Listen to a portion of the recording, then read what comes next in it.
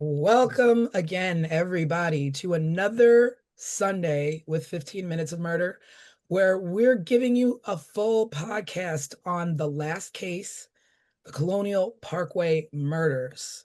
So we're going to run down, we're going to give you a quick overview again of what that case was about.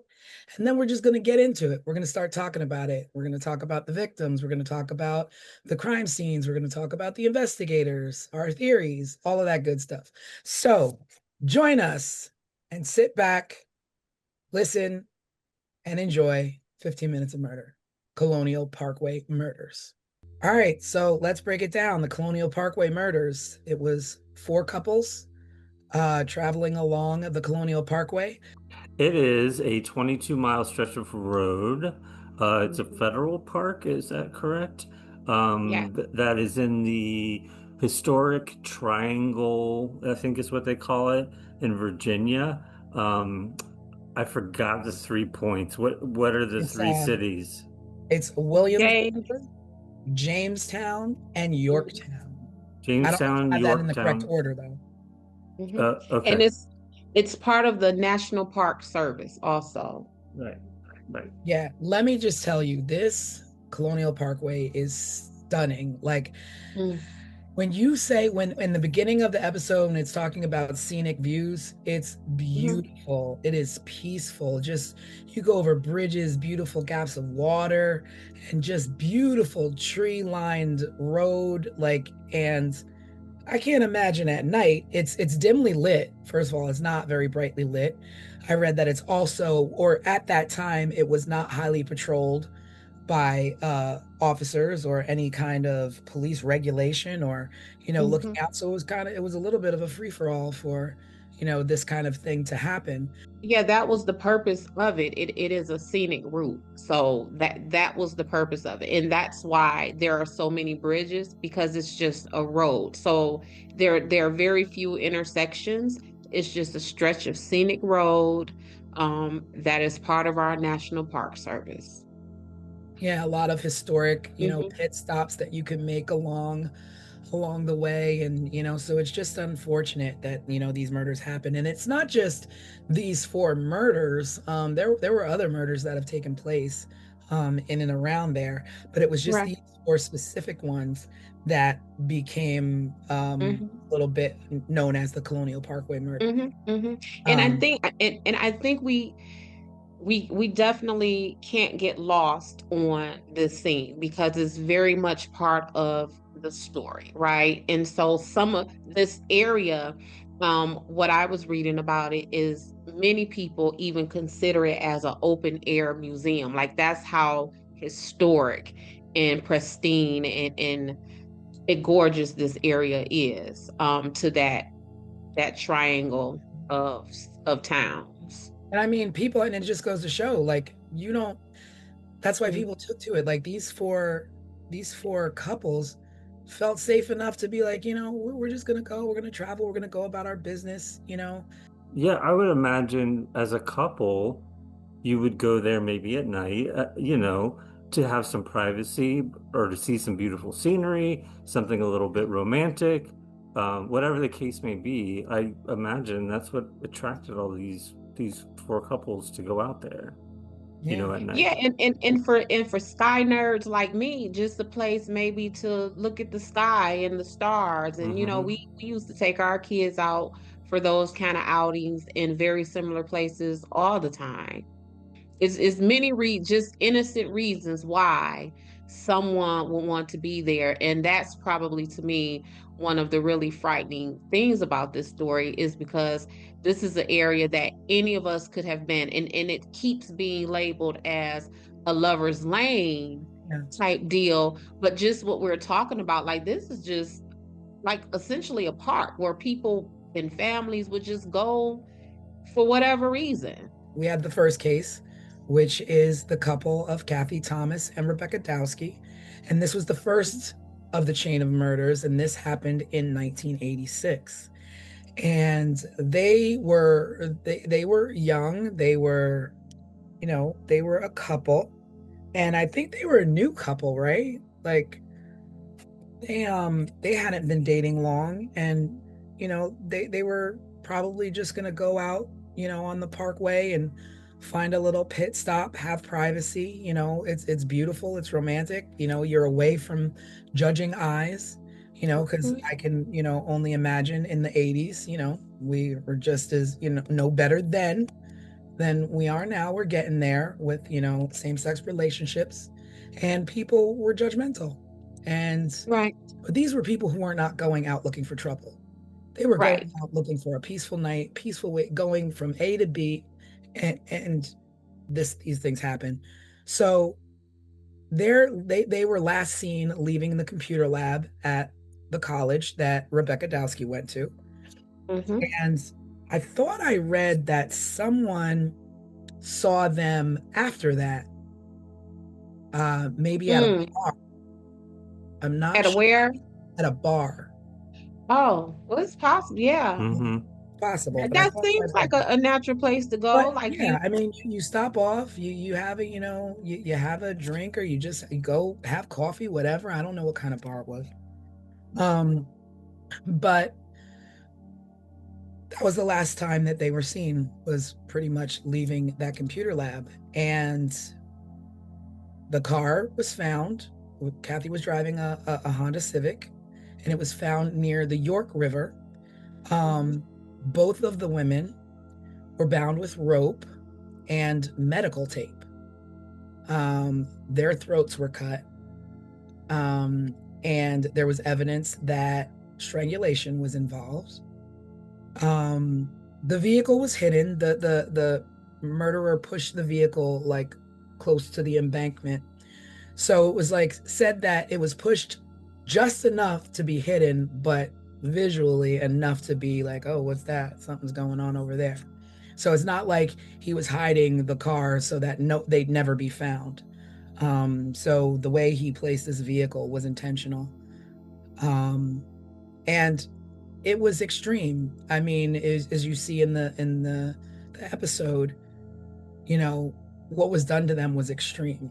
Um, and again, like you said, Des, choice of weapon is always a big deal and an indicator of whether it's personal or haphazard or a defensive. This was definitely personal. Um, we don't know exactly when it happened, Mhm. but whatever happened was brutal, and the killer left their bodies in the car, stuffed in the car, um, and left there like they were no, like they were nothing. No one's loved one, Yeah. sister. In my background, what I actually am is I am a trained social worker. That was my trajectory before I even got into being a private investigator. And so with that, I approach all of these things from that socio-economic perspective. And Kathy and Rebecca um, struck me immediately because one of the things that I first thought of was why, for me, whenever I hear about unalive people who identify as LGBTQI plus all of that stuff, like why are we in a society where whenever any of these people who identify with these groups are found unalive, like immediately we think of like the most heinous things, because when I thought of this, I thought, oh, hate crime immediately, right? And we're not, like, these people are targeted so viciously that anytime is they're found unalive, it goes into that, oh my God, someone sought them out and sought them out specifically for that reason. Yeah, so that was the first thing. It felt, I immediately thought of like, okay, is this someone who is wanting to attack sin? Was what I thought immediately with Kathy and Rebecca. It's strange. I believe this was the only case where they were still in the car. They were found in the car. Mm-hmm. Other murders, they were outside of the vehicles and a ways off. But this Or one, not found at all. yeah, we're not Yeah, found. yeah. But Um, I think from what I saw, theirs was the most vicious Yeah. attack. Yeah. Yeah, And like one of them was nearly decapitated or something like that. Yeah. yeah. And it's like, and investigators have been debating like whether it was a targeted attack, whether it was a Mm-hmm. sexually motivated crime, um, or hate motivated, like like you're saying. Right. And just to be official, the law enforcement, the officials, they never ruled this as a hate crime. Um, Now, the thing is that had they labeled it as a hate crime, it may have attached to some other murders. But because it's not labeled a hate crime, it's more like a one off. It's coupled with these other murders because it happens to be on the same roadway. Like Des is like is your expertise. Like, do you think that mislabeling a crime can like offset who the murderers are or group Yeah, it? because it what it does is it now puts you in a position to where now you're chasing false leads. Now you're looking up this road when you really should be up this road. Now you're looking for this type of person because what law enforcement does in their investigations, they create a suspect profile. So kind of like what I was just saying about this possibly being a hate crime, right? So why aren't we looking for someone who is anti-gay or maybe even racist? Because what we know is hate is hate. So if you hate these people, you're going to hate these people too, right? So when you don't include all of these things, then yeah, because it's even like if you go to the grocery store, right? If you're trying to shop for spaghetti and you're over here buying pork steak and all that kind of stuff. Now, once you get home, that spaghetti is not going to be a properly cooked spaghetti. So it's that kind of thing. Because that's the one thing that makes me think of, that's what I think of. I'm like, well, did this murder go unsolved because you didn't label it as such and you could have, Mm-hmm. taken other leads versus, oh, this, especially since this was the very first murder in this chain and the next one didn't happen until a year later or under a year later. So all this time, what were you considering this And as? it's still suspicious how Kathy and Rebecca was even tied to the final suspect because I don't believe that his DNA was found on them. So, like how you said, there is rope and tape. How do you rope and tape and gag and bound someone and there is no DNA, there is no evidence, right? But for somehow, um, they still decided to go ahead and attach Kathy and Rebecca to this gentleman. His name is Alan Wilmer Sr. That's his There you name. go. There you go. Alan Will, yep. I kept wanting to call him Adam, but I didn't want to put the wrong name out there. I had to go to them notes to make sure. But yeah, those ladies, his DNA wasn't even connected to them. Yeah.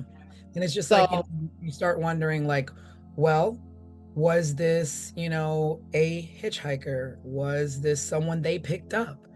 Because at the same time, you're like, these are two women, one in the Naval Academy, so she's no punk. correct. She can hold her own, I'm sure. Right. Um, And one who was in the Naval Academy and back to what we're saying about the hate crime, she left the academy because of her identity. She figured that she would not be safe there, right? So that is what this time period was.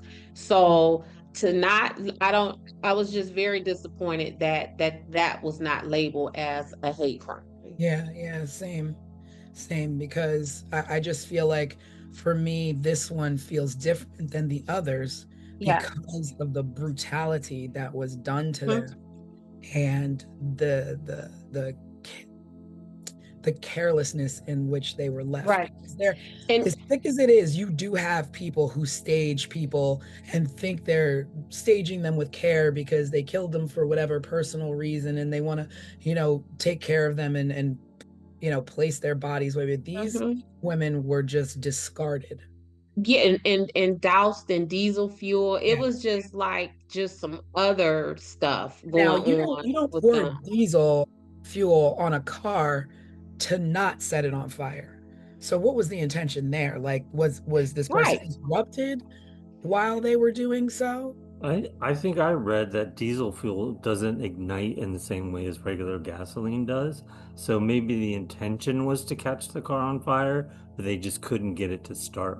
Hmm. Or maybe it was poured on them to try to compromise any DNA or other evidence that may have been left. Yeah, but there's Um, just so much there that is. So yeah, so my continued suspicions behind Rebecca and Kathy is that her brother, Bill Thomas, says that they were told by investigators that they suspected that a police officer was involved um, in Kathy and Rebecca's murders. And so kind of like what we talked about in on this week's live is like you got to have a whole lot of evidence and suspicion and circumstances for investigating law enforcement agents to believe that another enforcement person committed stuff like this. And And for then investigators to be the ones to say that, not even like word on the street is. nope. And then for them to say that to the victims' families, like they don't take that lightly. You know what I'm saying? Like we see in the news all the time when police are beating people on the side of the road and oh, we're not going to say anything that what do they call it? The blue wall of silence. So for them to tell her family we think we have something and it's a police officer that stuck out Yeah. that wasn't something that I easily was able to easily overlook.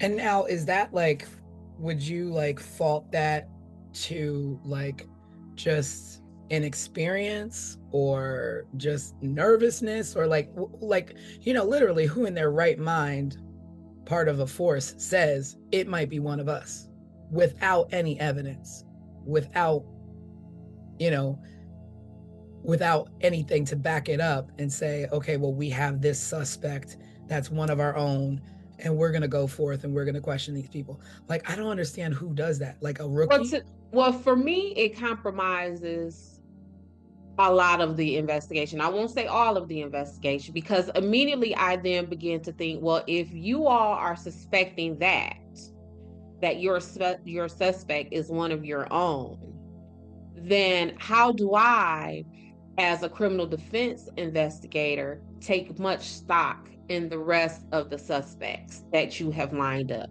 Because now I am immediately thinking, are you trying to cover up what your officer or a officer would have done?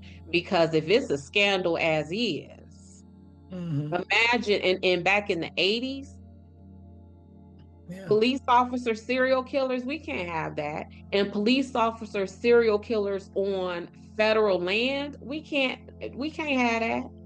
So we Yeah. have to figure out who else we like. Remember, that's what they say. Who did you like for this?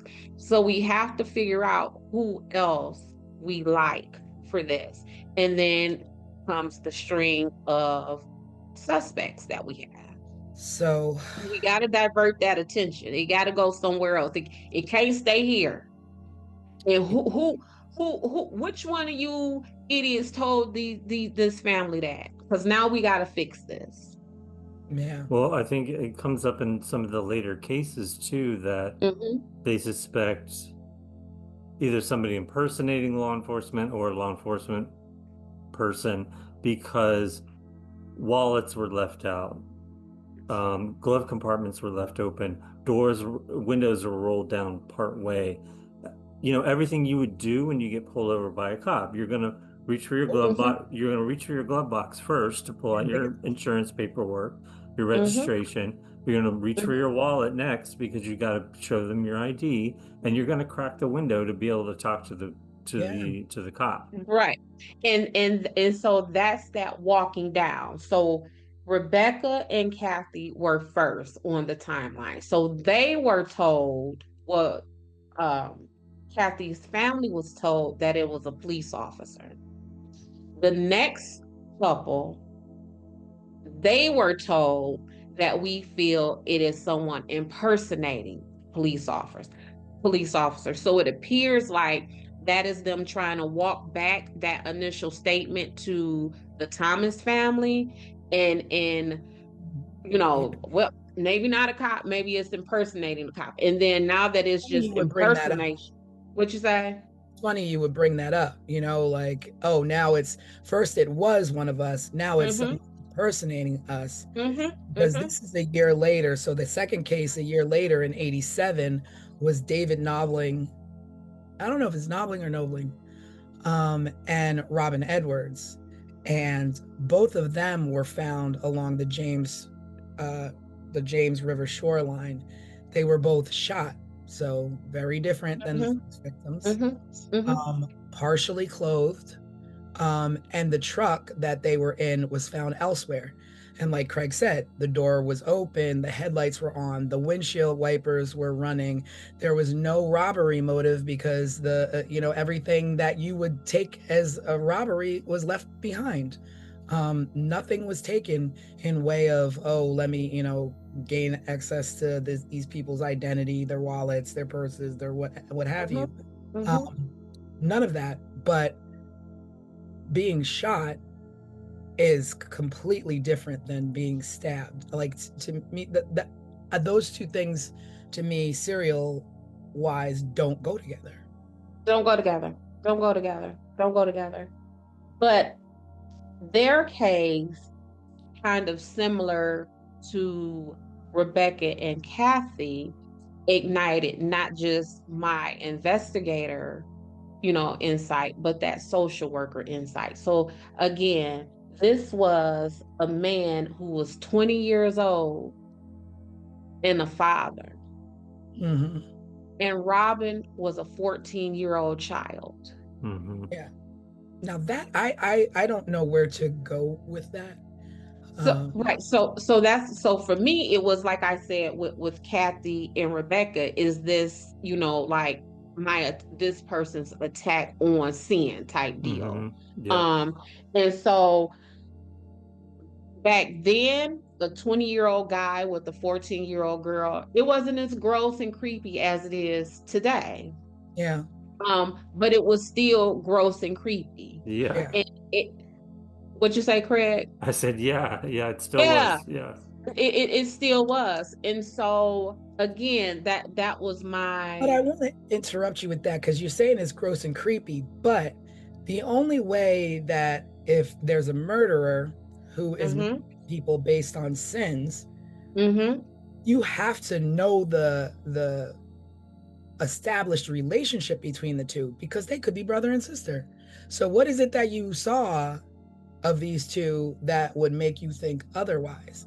Because it's not exactly confirmed or denied, more like implied from the things that I've read about the dynamic of their relationship.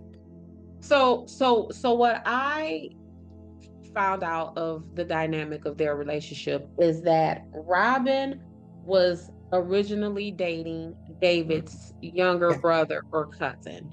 yeah. Um, and so after hanging out with his brother or cousin, whoever that may be, then the two of them kind of secretly linked up.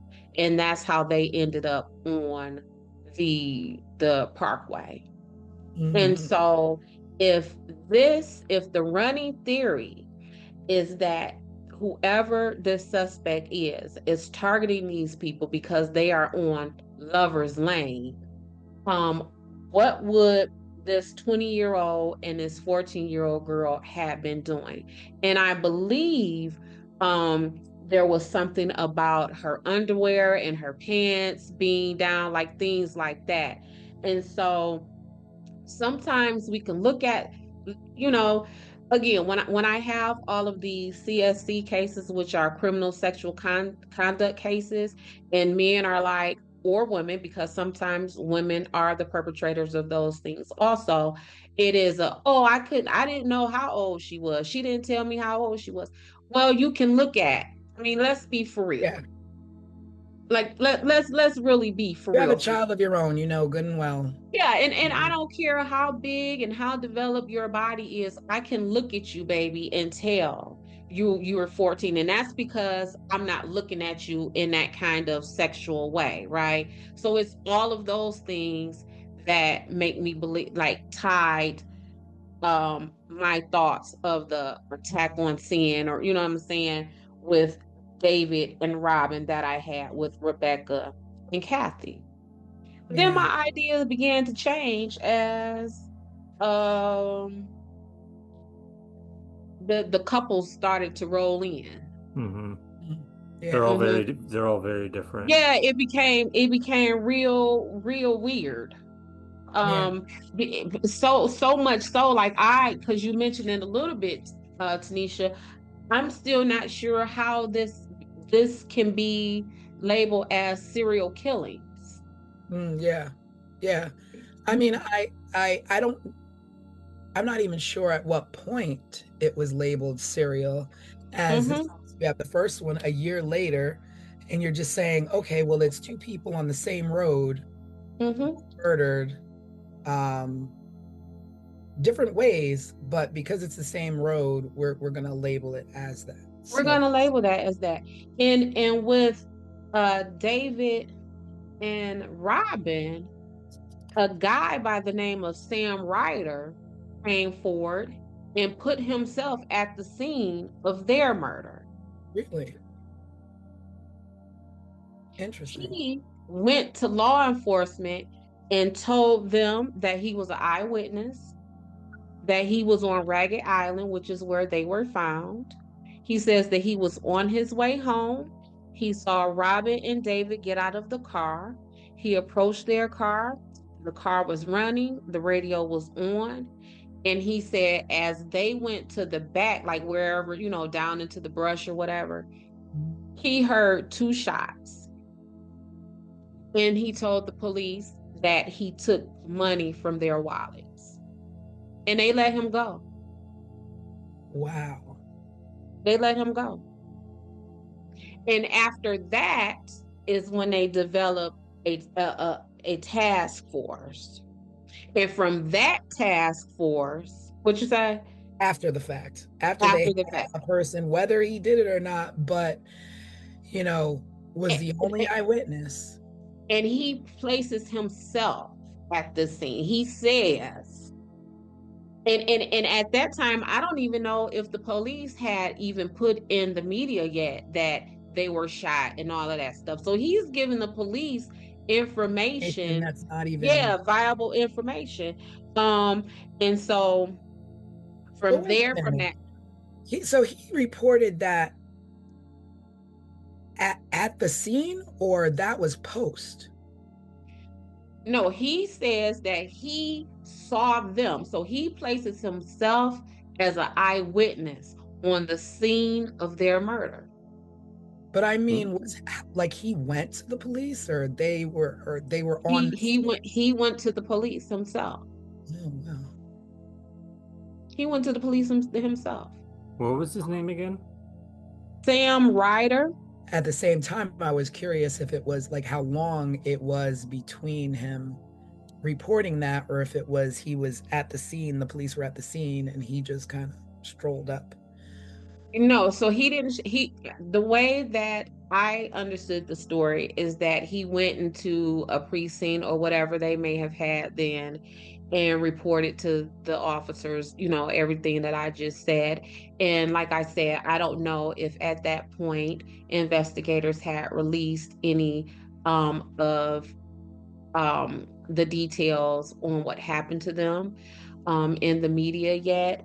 But it turned out that their demise was described as them being shot execution style, and that What is and that theirs were that was an up close killing. Now, mind you, this man just put himself on the scene. This man just came to you and said he heard shots. Did he hear the shots because he legitimately heard the shots when they were down at the brush or wherever they were? Or did he hear the shots because he fired the Well, shots? they were both shot once, execution style, in the head. And he says he heard two shots. And he says specifically, I heard two shots. And Not not only did three. and not only did he say he heard two shots, he went on to tell a story that would organically place his fingerprints and his DNA at the scene. Right. Because he says, I rummaged through their vehicle, their wallets was out, I took their money. See, now I'm going back again and I'm like, okay, so did he take their money before or after he heard two shots? Or did he take their money? Or I mean, or is any of that true in the sense of, did he really take their money, or did he come to law enforcement to tell them these things, to place himself at the scene so just in case they find his fingerprints, the reason oh, why? that's why my Yeah. fingerprints are on the scene, because I didn't do nothing, I just went through their wallets, I just stole their money. Because Yeah, that's all that what I'm saying is that if I'm police, if I'm like detectives, police officers, what have you, and a guy comes to me and says, I took these people's money out of their wallet and I rummaged through their things, to me it would be, okay, well, did you do that before you heard the shots or did you do that after you heard the shots? Because if you did it before you heard the shots and you saw them walking down there, okay, you're a thief, you saw an opportunity. But if you took that stuff after you heard the shots, you're a cold-hearted son of a gun, because you know what just happens following two Right. shots. Right. You're gonna do that. I'm gonna hold you. I'm not letting you go. I'm not letting you go. And like I said, these shots that he heard, did he hear them because they were out in the distance, or did he hear them because he's the one who fired them? But whichever way you decide to turn, the point is this man is a viable suspect, and why did you let him go? Yeah. I feel like this every case we talk about, there's some failure like this. Mm-hmm. Yeah. I mean, it Yeah. just with, we talked on the live a lot about the news this week and the Brown University shooting and the professor that was shot at his home in the MIT professor that was shot at his home in Brookline, Massachusetts. And it's like, when you talk about just a perfect 1-2 of police work and media working together. Mm-hmm. I mean, this was one for the record books, but it's just like back then we didn't have that at all. So it's just like nobody's knowing who the cops are letting go. Nobody, because if media was all over things then as they are now, and you had a man walk in and say, this is what I saw, media would have been all over that dude as soon as he walked out of the police station reporting that kind of information. Mm-hmm. Yeah. Well, there was another woman. So David and Robin, they were found September 23rd, 1987. There was another woman who was found unalived. Her name is Lori Powell. Yeah. Was found March 8th of 1988. So although Lori is not one of the official 4 of the Colonial Parkway murders, they essentially went on to link her murder with the rest of them. Why was that? I don't know why, because it shouldn't have been, and I'm gonna tell you why I think it shouldn't have been. Because Lori, the story with Lori is that she was hanging out with her boyfriend, a gentleman named Chris Cutler. Chris Cutler and Lori got into an argument, and Lori got out of Chris Cutler's car and decided to walk. The argument was about him speeding. Lori was never found again. So why wouldn't the last person who was seen alive with her not a suspect? Not only was she last seen alive with him, but through his own admission, they had an argument. And through her family's known knowledge, is that the two of them had a tumultuous, toxic, and violent relationship. Mhm. But So yet, there's this on a suspect they don't even have yet, based on and how was she? Oh, she was just never seen again. she was never seen again. So at this point, she's not seen again, but you're going to Mhm. connect her to the Colonial Parkway murders, where both couples of victims were found Mhm. murdered together. Mhm. Mhm. And this is a one-off. This is one person who's missing. You didn't find this person murdered, but you're going to tie it Mhm. into. Right. It's more like, oh, this person happened to be missing on this parkway, um, and treat it individually rather than group it with something, because then you could be going astray yet again. Yeah, it's just too it's so much it's so many possible suspects that again in all of these missing peoples and unalive bodies, it just does not seem cohesive enough for this to be called um a serial killing. Like I don't get that from this. So then in 88, we did have our third case that was Mm-hmm. directly related as a couple, which was Keith Call and Cassandra Sandy Haley. Um, Mm-hmm. and they were, in fact, on a date. They went to a party, and they were leaving the party, and Keith was going to bring her home. And I had read somewhere he was going to go out and go to another party and spend the night at a friend's house Yeah. the next day. So the parents, they weren't expecting him home. So it wasn't odd, that he didn't come home because after that party, because they weren't expecting him till the next day. Mm-hmm. Um, but Sandy didn't return home, and then and then he goes missing, and they find their car neatly parked on the highway, on the parkway. Keys were missing this time. All the personal items left inside. There were no signs of struggle, but both of them vanished. Mm-hmm. No remains have ever been found of the two of them. Um, and it's the first case that has no bodies found. So now it's the first case with no bodies found that are couples, because Lori was not found, but she was singular. So you don't put, this is like a difference between missing persons versus murdered victims. Mm-hmm. Mm-hmm. So if it's Well, single, then it's going to be a pattern. There's no pattern here. no, there is no pattern here. The only pattern here that I found is the way the investigators seem to have gone out of their way to make Wilmer the suspect in this. So Cassandra and Keith, like you said, their bodies weren't found. But the investigators went down to the water area where their car was found. And they used cadaver dogs. And the dogs went down to the water and attempted to try to get into the water. So investigators believed that that meant that maybe they went swimming or something like that. But they're saying they were found in like April. So, I mean, this would have happened. When did they happen? Yep, they went missing in April, so the water would have been too cold for that kind of stuff.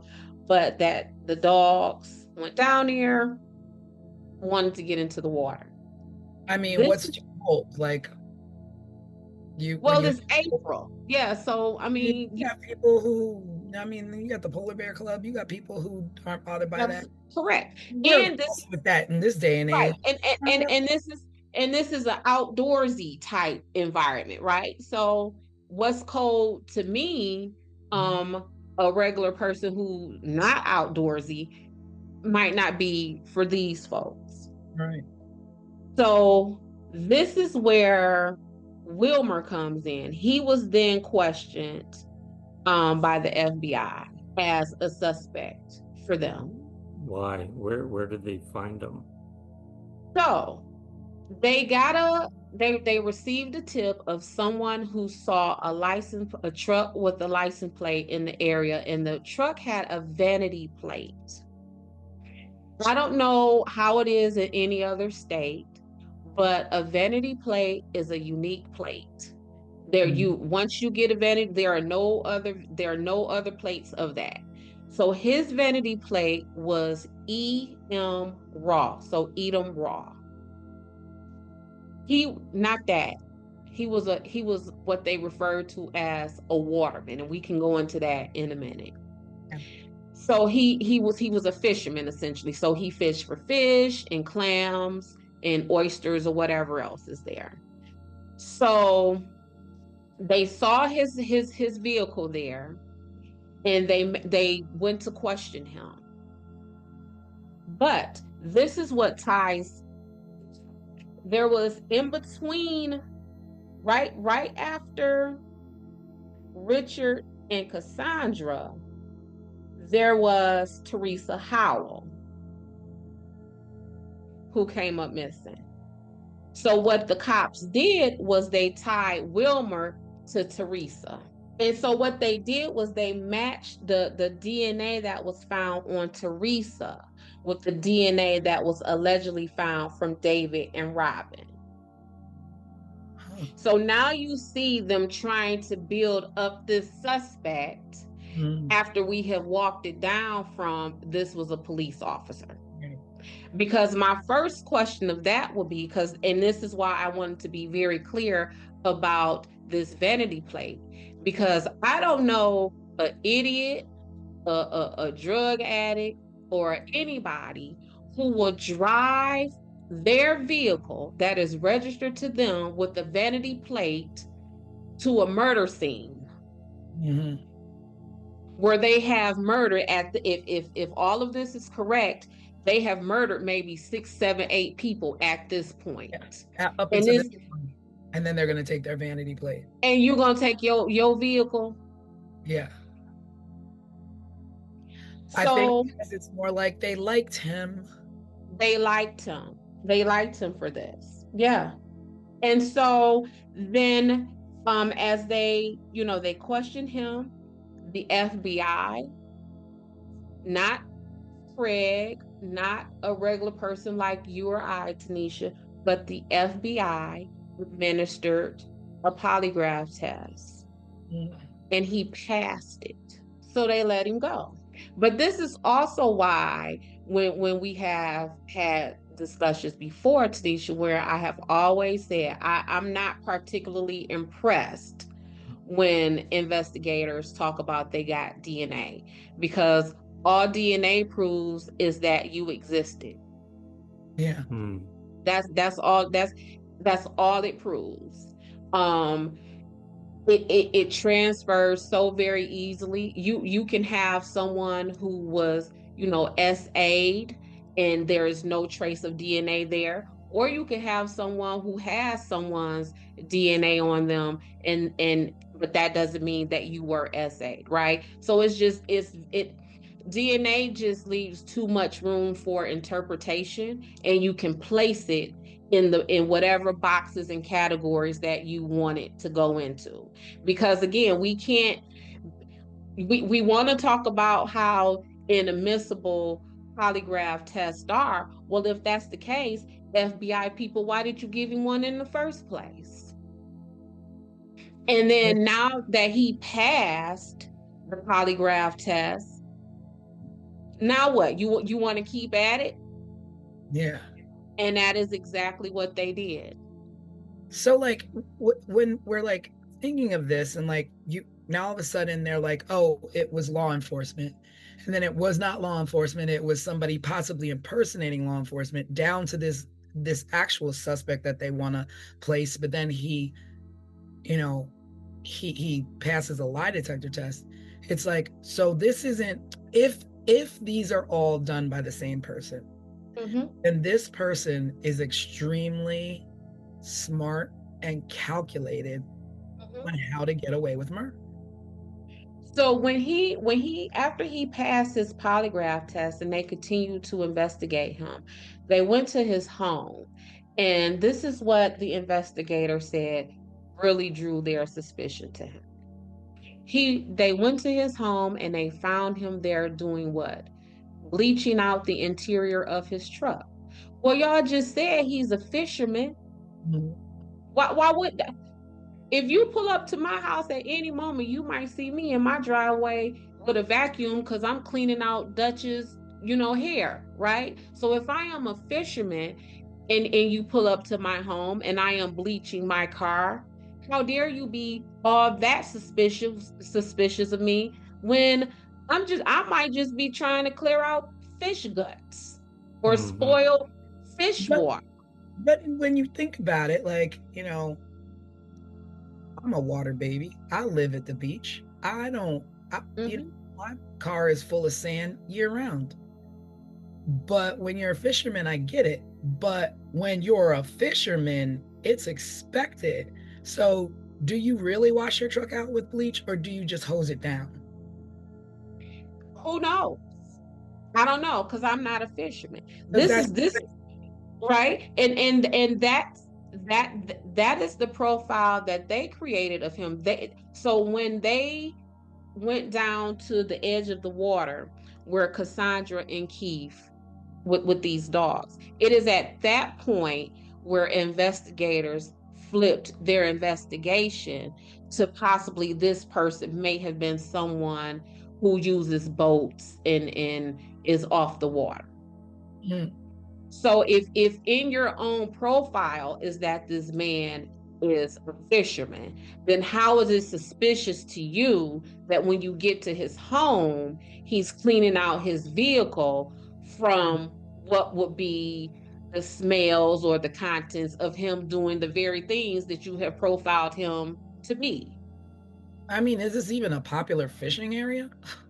Well, so according to them, it is. And that was another thing that made me very suspicious about them singling out Wilmer. So what they decided is that whomever committed these crimes is what is known in that area as a waterman.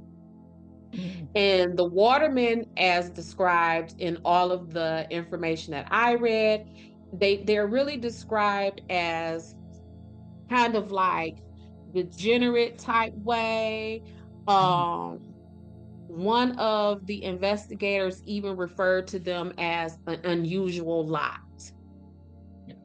So again, with them liking building a suspect, right? They are suspicious people. We don't, we kind of, they're on the outside. They're outliers of the primary society. And that is the pile of suspects they picked Wilmer out of. This person who they felt would have driven his own vehicle with a vanity plate to the scene of a murder. So am I. A bit, and then when we fast forward, this is the man who, after he has been dead, you say is the suspect. So you backtrack, he passes the polygraph, and then you kept using bleach, what have you. But then umpteen years pass, and now all of a sudden he's back to being a suspect. So remember Lori Powell, who I said was last seen arguing with her boyfriend, who they did not label as a suspect? Well, he died a year before Wilmer died. So Chris Cutler, Lori Powell's boyfriend, died October 20th, 2016. Well, there goes that suspect. So now we got to keep building another suspect. Yeah. No sense in chasing that lead that we didn't chase. Yep. We don't no longer need to chase the lead of the man who was last known to be with and arguing with this suspect. So then they keep at Wilmer. And so how they find out about Wilmer is that they got a random notice of someone being dead in a home. Someone is unalive in a home. Just a random anonymous call. And they go to the home, and guess who's there? Guess who's deceased in this home?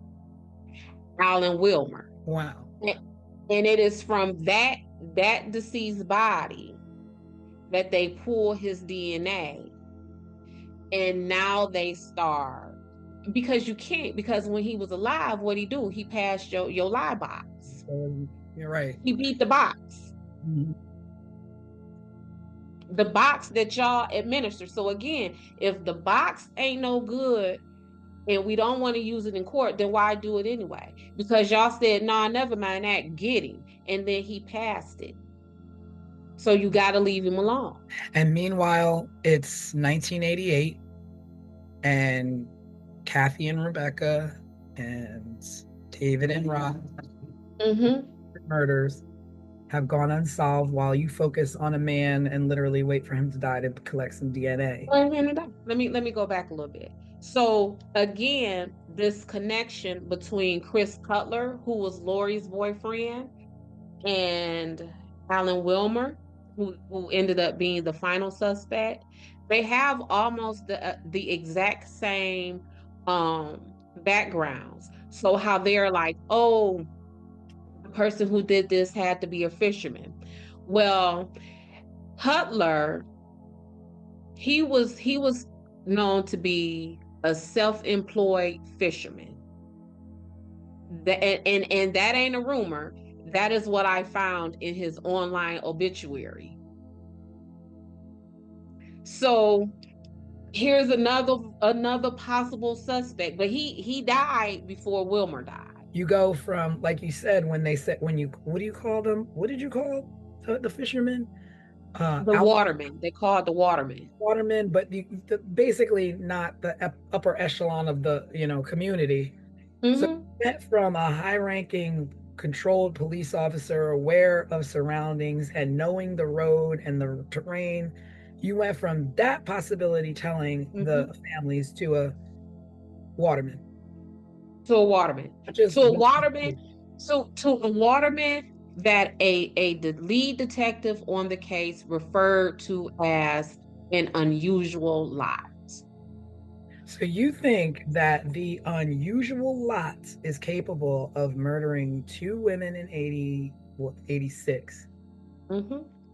Male and a female, separate ages. Hey, what did you call it? The Dexter, being the Dexter out there, trying to right the wrongs of the world. Yeah. To me,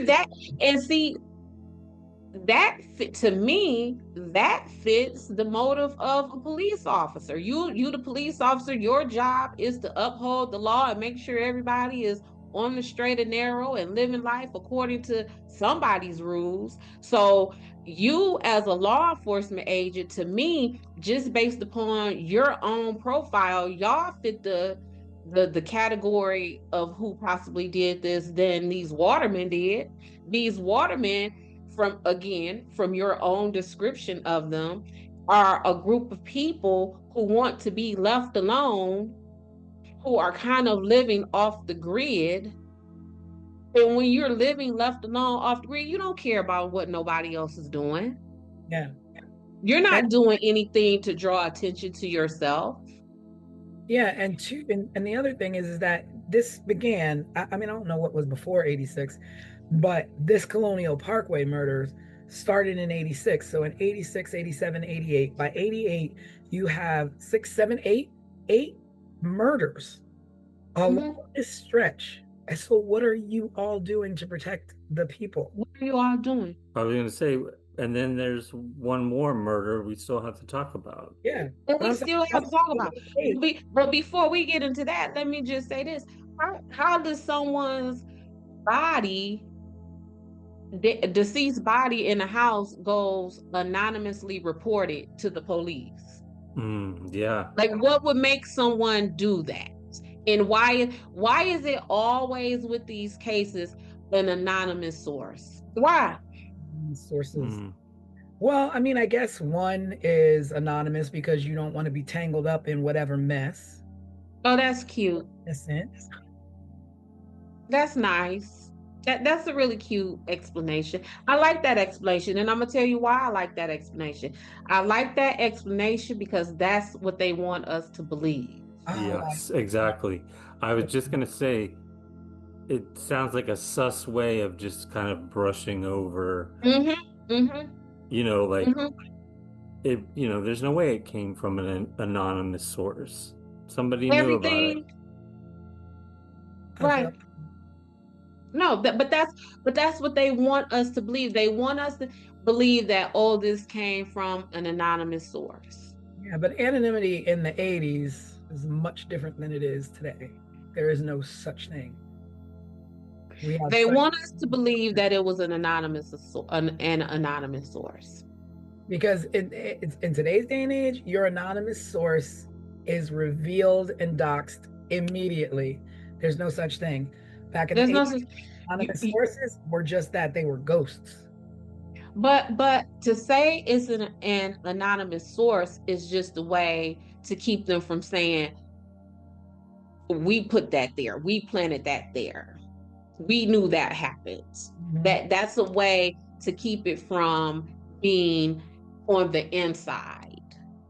We could just say, Yeah. and it came from an anonymous source, especially when we're talking about a group of what appears to be unrelated murders that originally had a suspect who was a member of law enforcement. Yeah, and then this one, this is the case. The third case is the one that pretty much fueled the fact that maybe law enforcement is involved or military or what have you. Because at this Mhm. point, it's just like someone is out here getting away with it. It's not Getting just away with they're getting away with it. This is a 8 body count. it. But see, and again, that's back to what I always say. You don't have to play around with this stuff. I mean, somebody gonna get away with it anyway, just because of the environment. It's an isolated and desolate environment. So someone does something out there, they might get away with it. Well, I was gonna say, what about the fourth couple? Yeah, so What that about the fourth leads couple? us right into 1989. Mm-hmm. That case was Daniel Lauer and Anna Maria Phelps. And so They they, they were not even a They couple weren't though. even a couple. Yeah. oh, Anna Maria was Daniel's brother's girlfriend, and Mm-hmm. they lived together in Virginia Mm-hmm. Beach. And so Daniel was visiting his brother and Anna Maria, and kind of saw, they were having a little bit of financial difficulties and struggling. And Daniel was like, you know what, I'm gonna move in with you guys. And probably was a relief to help financially. Um, and so he's like, okay, after this, let me go down and go home and get my belongings. And Anna Maria was like, "Oh, I'll tag along with you. I can go visit my family while you're, packing your things. And then we'll all come back and, we'll start this new chapter together where, you come and live with us." And I'm sure they were all very excited and, to all be together. And that didn't happen. Um, because on the way, they went home, they packed their belongings, and actually there was a married couple that went back with them as well. They hitched a ride with Daniel and Anna Maria. So, they dropped them off, and then Daniel dropped off Anna Maria. He went to his home, packing some things, went back, picked her up, and then they were off to go back to Virginia Beach. And when they were found, well, their car was found going in the wrong direction of the way they were supposed to be going. Their car was found on the westbound side of the parkway when they should have been going east. They they are dated, missing, or found on September 5th, 1989. In 2010, 2010. That's how many years later? Allegedly, there was a letter found in Anna Marie's belongings where she was supposed to have met someone in a blue van at a rest stop. The note did not state that person's name. Now So watch. she's supposed to meet someone at a wait, this was found on her person? It was found in 2010. This letter was found in her belongings. So pull out your calculator and tell me how many years from 1989 to 2010. So none of you searched these belongings to look for any evidence or clues whatsoever, and she's supposed to be meeting somebody at a rest stop. Conveniently, you tell that all these years later to And what? To justify why they were on the west side? pay attention to this part. The person's van that she was supposed to meet at the rest stop was a blue van. Wilmer's vehicle with that vanity plate, it was a blue pickup. And if you look at, depending on if the angle that you looked at his van, it may have looked at his truck, it may have looked like a van because it was a Dodge Fargo pickup truck. And for those of us who know nothing about vehicles but watch television, think about Fred Sanford's pickup truck. It looked like that, whereas the big fat bold front. So if you saw it from the front or the side, it may look like a van. But how is it that all those years later, we find a letter in her belongings? Well, I don't know where her belongings were. It did not say that. But here's where my thinking was. If you feel, and I'm talking to law enforcement, if you feel that that letter is a tip or a lead, then what you are now saying is that Daniel would have taken his brother's girlfriend and delivered her to her murderer. Yeah. Or at least another man. So, Yeah. you know what I'm saying? Like, which that just doesn't even sound right. Not at all. No letter explaining, like, I mean, it's not like today where it's like, oh, I bought something on Facebook Marketplace. Let me go meet the person in the blue van to pick up my new tables that I'm going to use when we move in. It's like, you know why you're going to meet somebody in a blue van. And why would she need to go meet anyone, anywhere when she was safe with her boyfriend's brother? Right.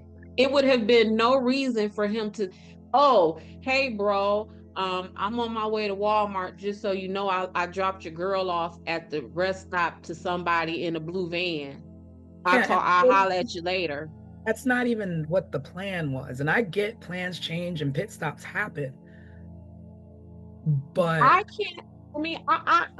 don't know every man in the world, but the men that I know in this world, ain't none of them finna drop their boyfriend's brother off at no weird rest stop with no weird vehicle, and truth be told, probably with a dude. Like, that's your brother's girlfriend. But then you wind up dead right alongside her. So you're pulling up and you've got enough mind to say, this doesn't look right. We're not doing this. Let's and this is 21 years later they're finding this note, right? Right. Whether so if we look at the timeline, in 2010 is when they found the note.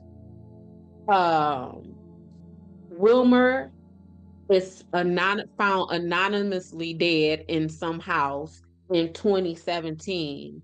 And then what is that, 2024, they decide to announce that Wilmer is the final suspect. Because they had enough time in 2010 finding a note that said she was meeting somebody in a blue car. And he's dead by 2017, so all gas, no brakes at this point. Is him. That is not a case closed.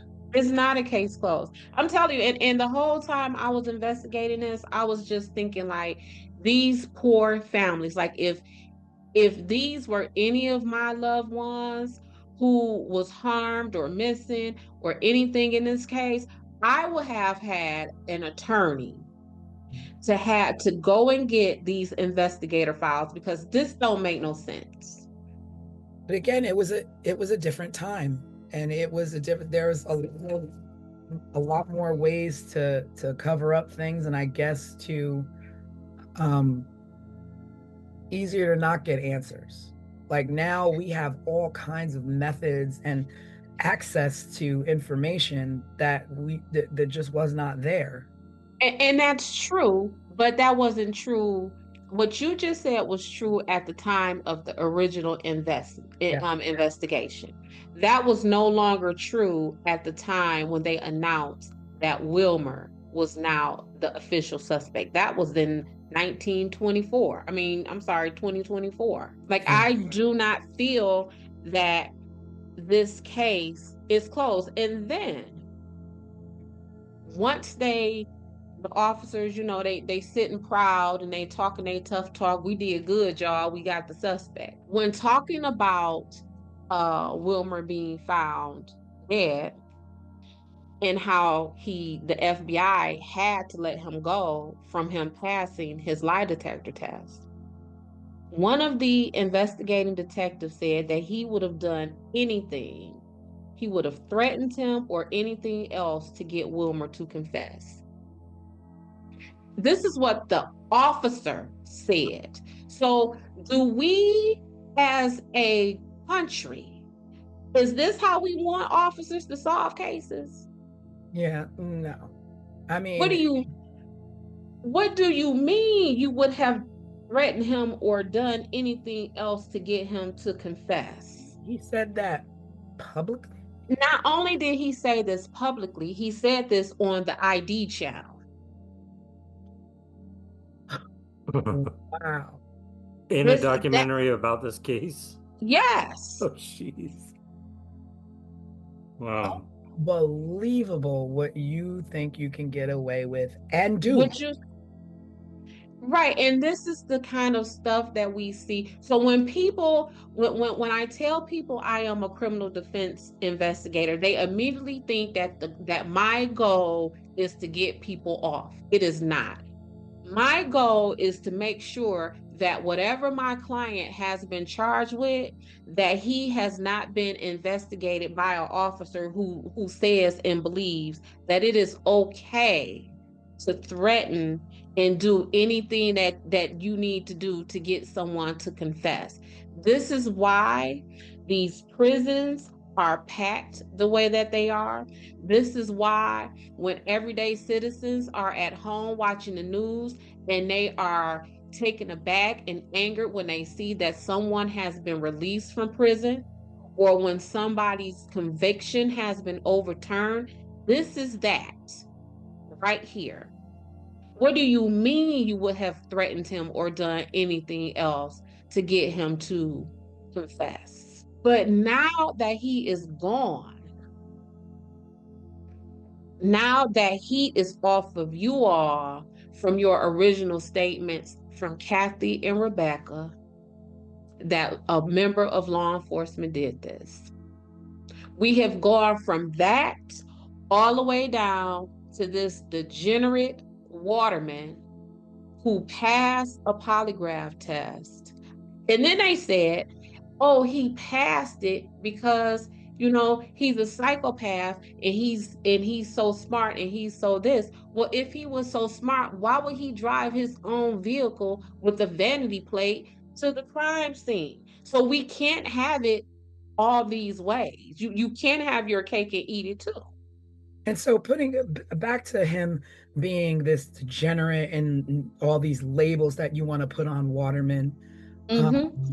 which are so stereotypical, Correct. but also talking about the way how all these cases tie into each other, the way that this investigation was actually botched. They searched a fairly wide area to find the bodies of Daniel and Anna Maria and were Mm-hmm. unsuccessful.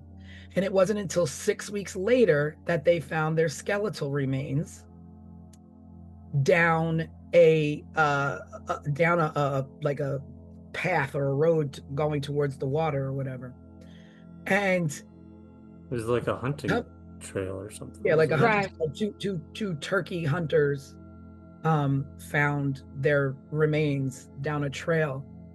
And these bodies were almost done with, I don't know if it's care or being hidden, but they were covered with a blanket, with an electric blanket from the car. Yes. Mm-hmm. Um, again, the same MO, nothing's taken, wallets left behind, belongings left Mm-hmm.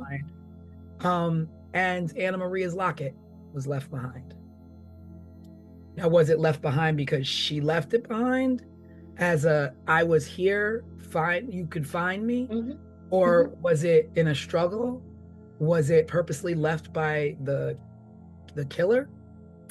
Um, again, Was it left in the car or did they find it in the it woods? was in the No, woods.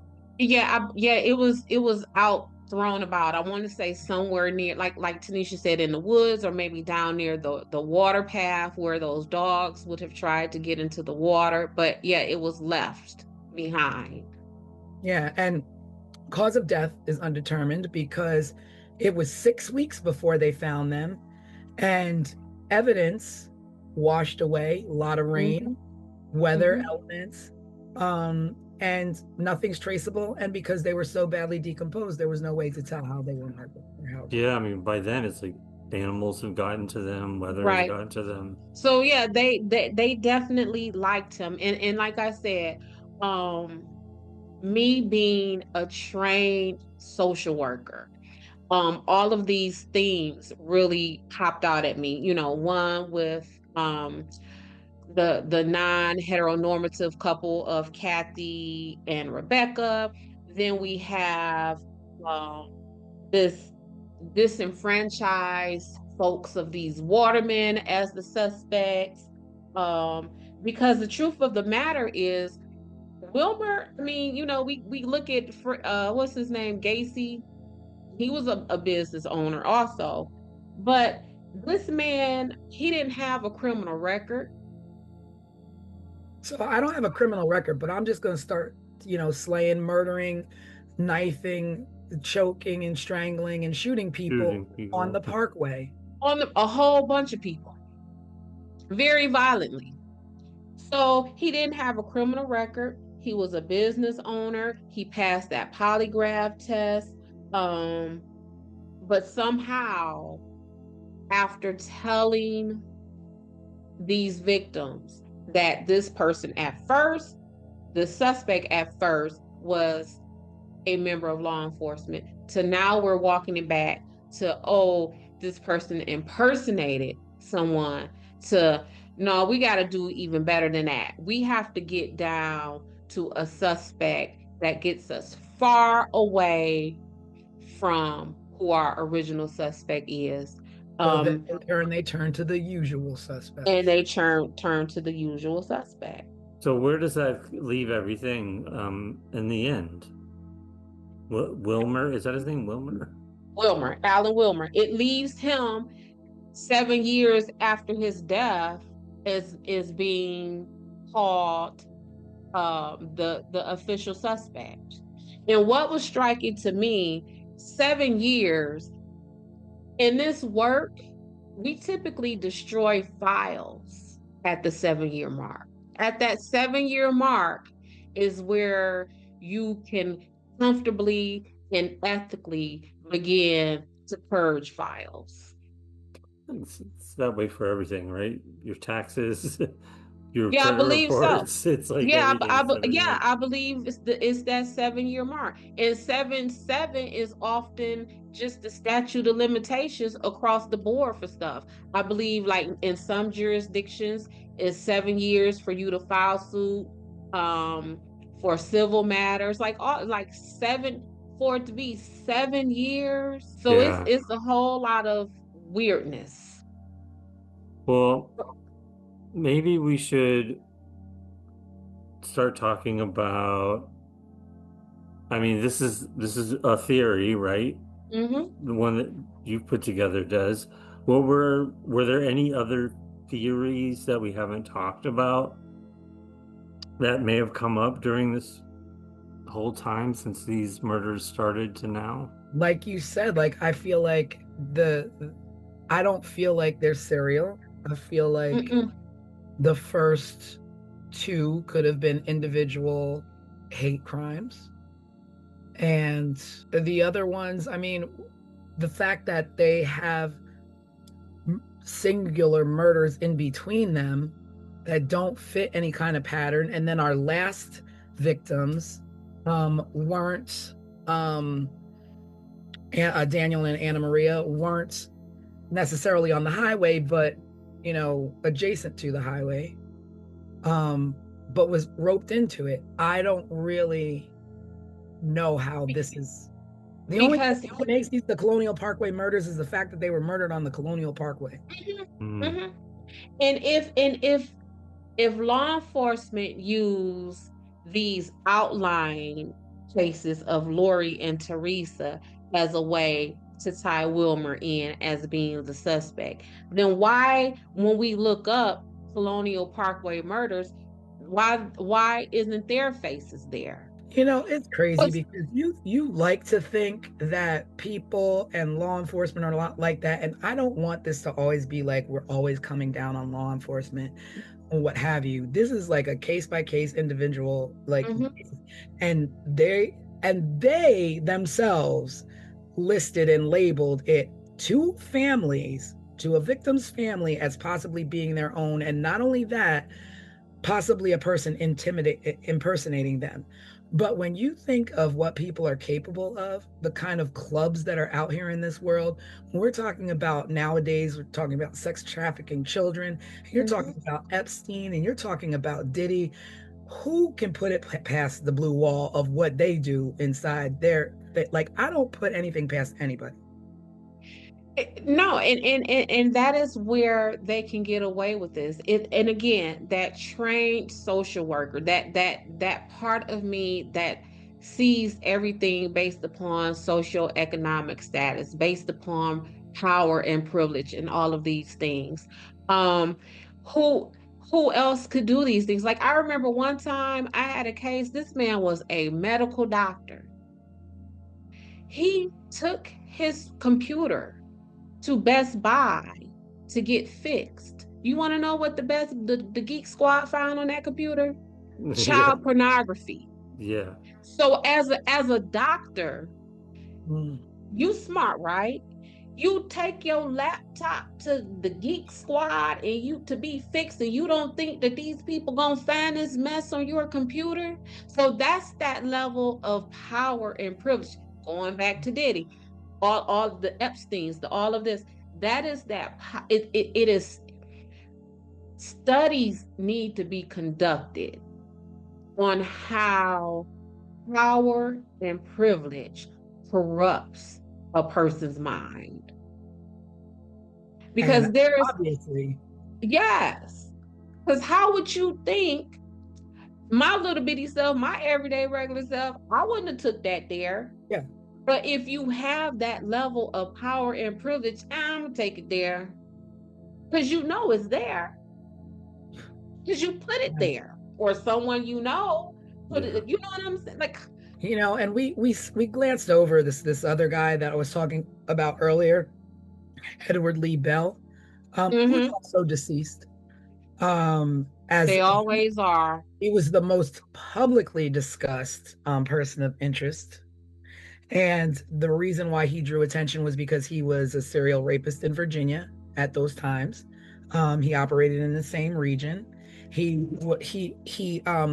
attacked young couples, and he used control and manipulation. And in 1989, while he was incarcerated, he wrote a letter to the FBI claiming that he was responsible for the Colonial Parkway murders. And then later he recanted that information. So he wasn't charged because nothing matched up.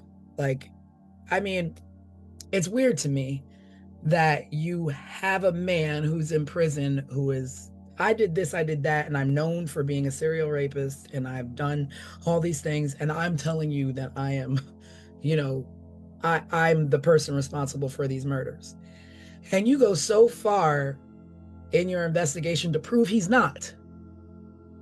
But then you go so far in your investigation to prove somebody else did, that has a clean record and never did anything. So things seem so backwards to me. Well, one of the things is that I get from my clients all the time. I know the law. I've been here before. They can't do nothing with me. I know you know what I'm saying?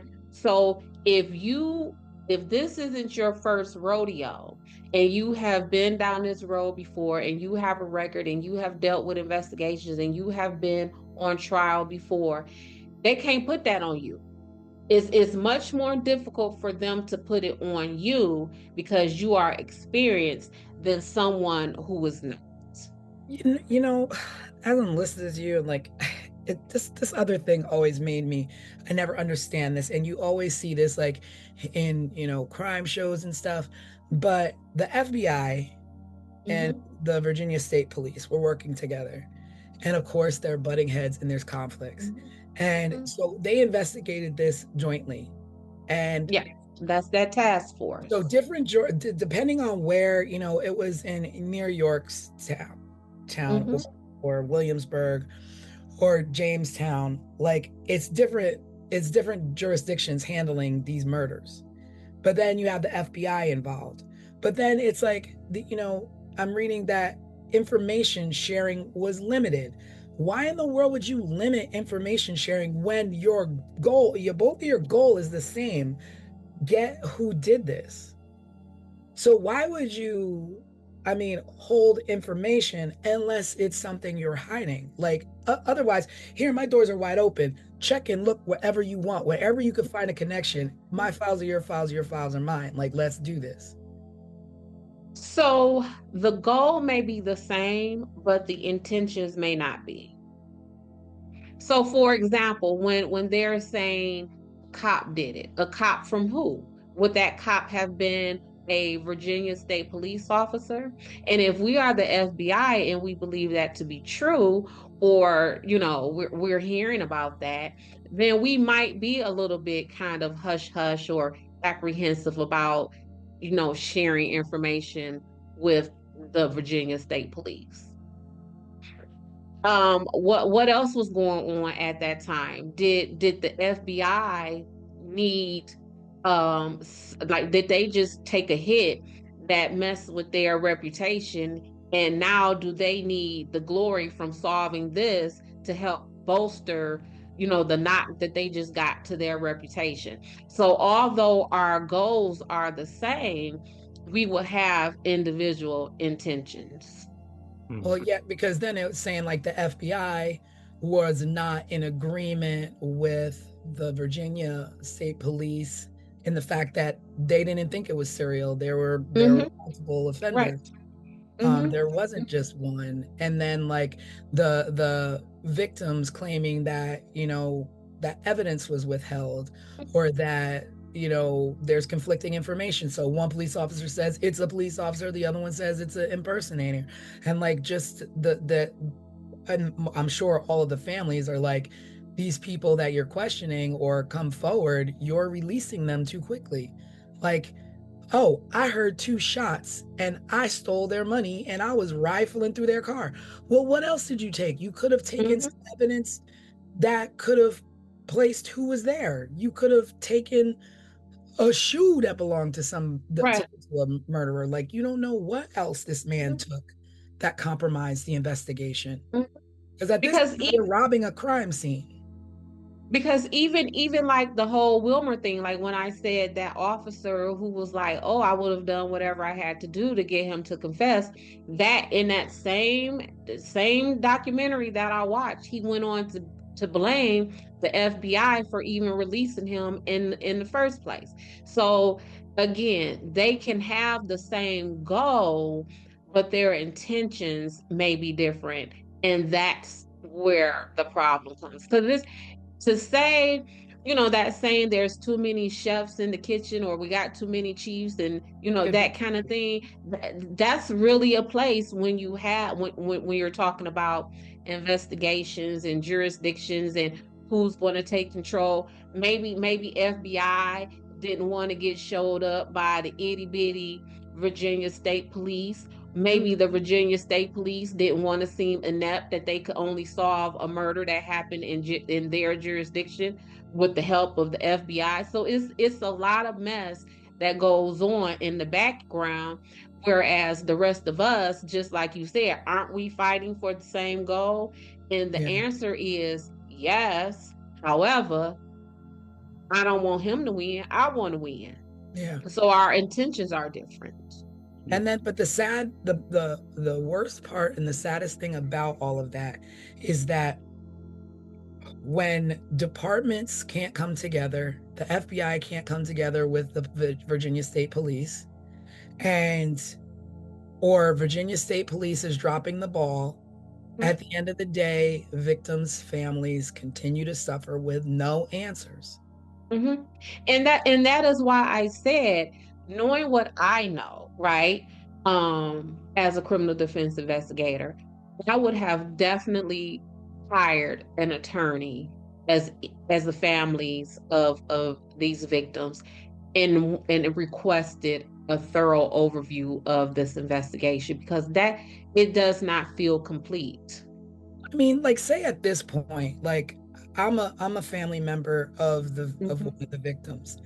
And I'm Mm-hmm. like, I'm not taking no for an answer. Can I go to the courthouse there and demand, like, I want to see my loved one's case file? I want to see all of this stuff because you're obviously not doing anything. I want to see what I can do so I can hire someone like you to help me with my case. Like, can people do that? Yeah, I get those phone calls all the time.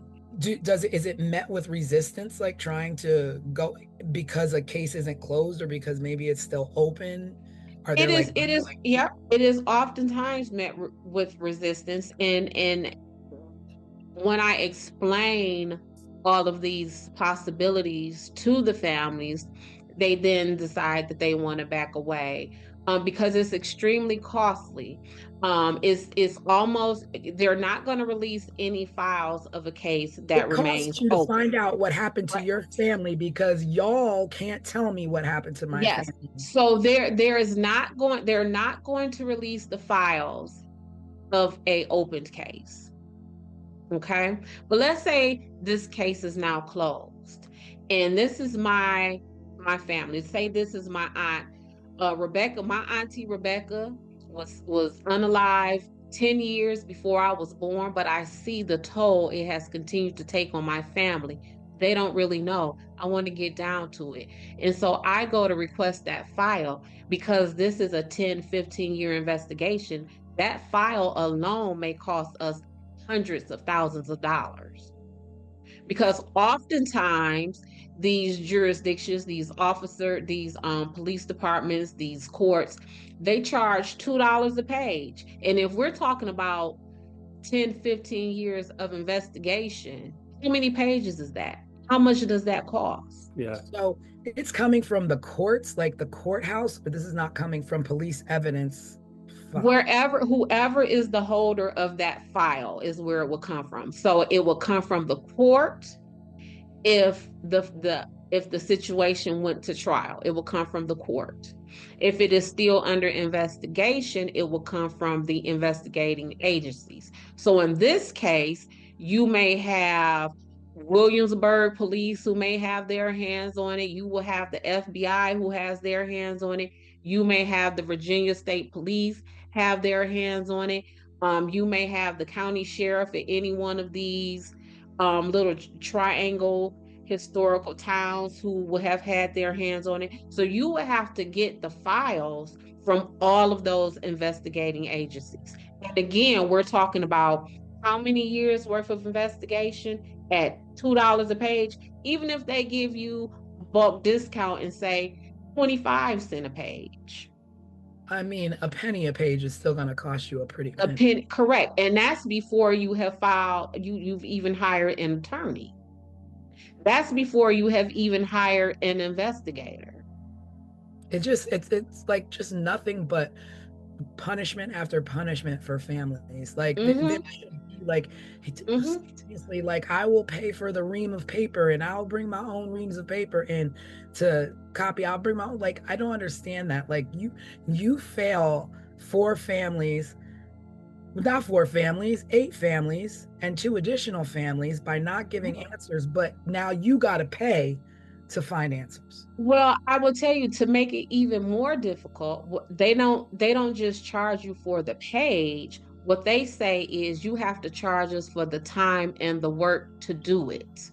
Somebody's got So to sit there.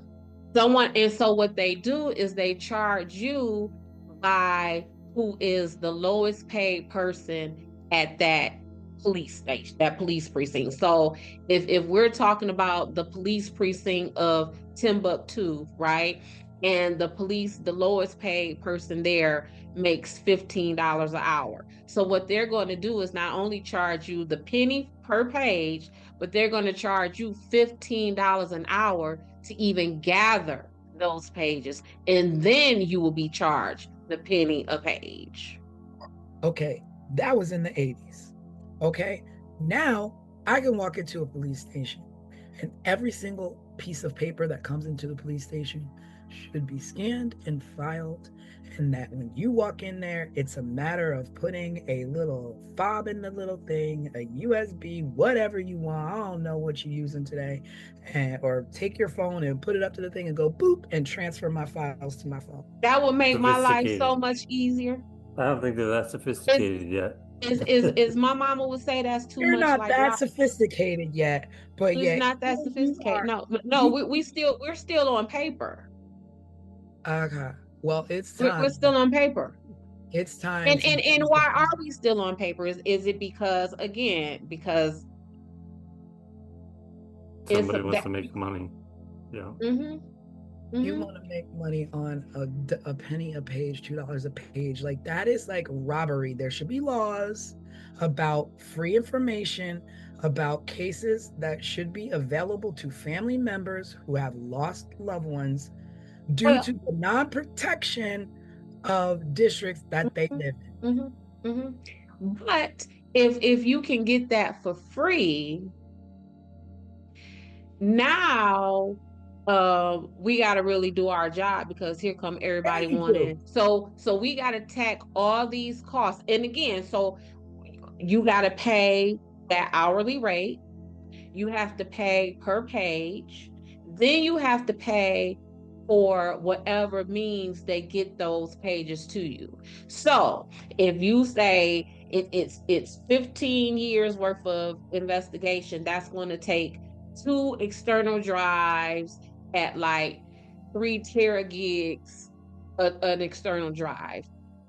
An external drive that big, that in itself, two of those might be three, four, $500. I just want answers.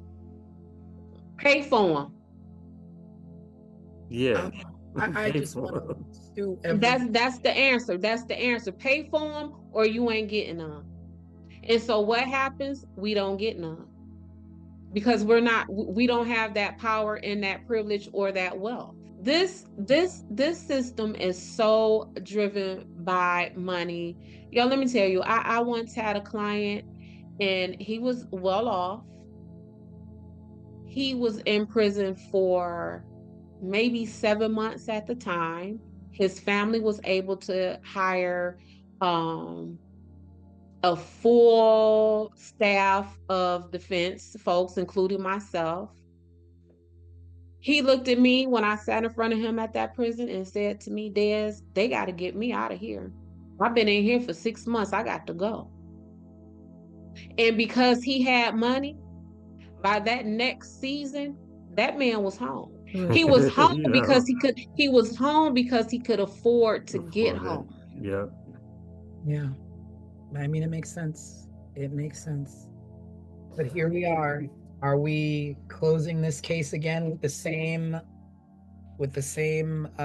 verdict as we did Ketty? I say we need to close this case with under the file. We got to create a separate category of dear families, hire an attorney. because the person who you have been told who has caused your family the most the largest amount of harm that anyone can imagine is not the person who did that to you all. Well, with that all being said, this is our second case and officially our longest case Well, that we have discussed. Mm-hmm. It deserves Because it. I we're mean, investigators. yeah, I mean, it's a big one. We knew that going into it. So, Yes. and um, there is so much that I'm sure we could still spend next week talking Oh, I about. got a whole lot of notes in front of me that we have not even discussed. yeah, I mean, That's also just me. think about the family members that are still active. So, Kathy Thomas's brother is out there, runs a Facebook group and a Mhm. podcast as well. Um, so it's a case or cases that people haven't forgotten about and are still actively talking about and trying to get answers for. And hopefully, this will be one small part of that. Well, thank you everybody for sitting with us on another Sunday, going down that rabbit hole with us, talking about the Colonial Parkway murders. I hope you were able to join along. And if you have any questions, maybe we can address them on our live midweek next week. But we do have an all new episode coming out next Sunday. No details this time. You have to tune in and subscribe to find out what it's going to be. Yes, tune in on our Wednesday live. Every Wednesday, we go live 7:30 p.m. Eastern Time. And this Wednesday, maybe we'll give you a little hint of our next case. Maybe. And yeah, and you all see what kind of time I am on with this kind of stuff. If you have any disagreements or you want to add anything to what I have to say, hit those comments down there and let us know, and we can include that in our next live or maybe even have you on our next podcast. Yeah, and speaking of, let's give a quick shout. We did have a couple people that have been very responsive that helped us shape tonight's discussion. Mhm. One was Al, um, who just wrote in and said, "You have me into the whole whodunit shows again. Great show," which is Yeah, great. that's It's awesome. amazing Yeah, Yeah. to have and something Yeah, I interesting, think something we're and I doing. think that was our goal. Yeah, So, hearing that comment tells me that we, at least as far as I am concerned, we have hit that first marker, which is to reignite people's curiosities on these kind of things in a way where they are not just being fed information, in a way where they are being invited to ingest it and digest it and add to it, stir the pot with us. Because I really feel that oftentimes a lot of this stuff that happens these investigations, they occur in a way where they do not want us to think this stuff through. very Because we true. see just here right now, if the everyday person is thinking these things through and not just accepting what is being given to us, then these investigations and these outcomes will look completely different. yeah. Yeah, and if you want to explore more, you could always watch our case overview of the Colonial Parkway murders. It's on YouTube. We also have a previous case that we covered, the Keddy Cabin murders. Say it Was again. Say it four times. the Keddy Cabin murders. That was our first case, so take a look at that if you haven't already, and please be sure to subscribe and let your friends know about this if it's something you really like. So tune in every Sunday we release new content. Every Wednesday we go live, and in between all of that, we trickle in little shorts and posts and information as well. So yes, hit us up, and we will see you Wednesday night live. Have a But that's Yes. Christmas Sunday Eve. evening. So, Oh. hmm Eve. so not so then we get to have an audience. So it's you and your family, and y'all can sit around and watch us. Exactly. All right. We'll see you then. Bye. Bye, everyone.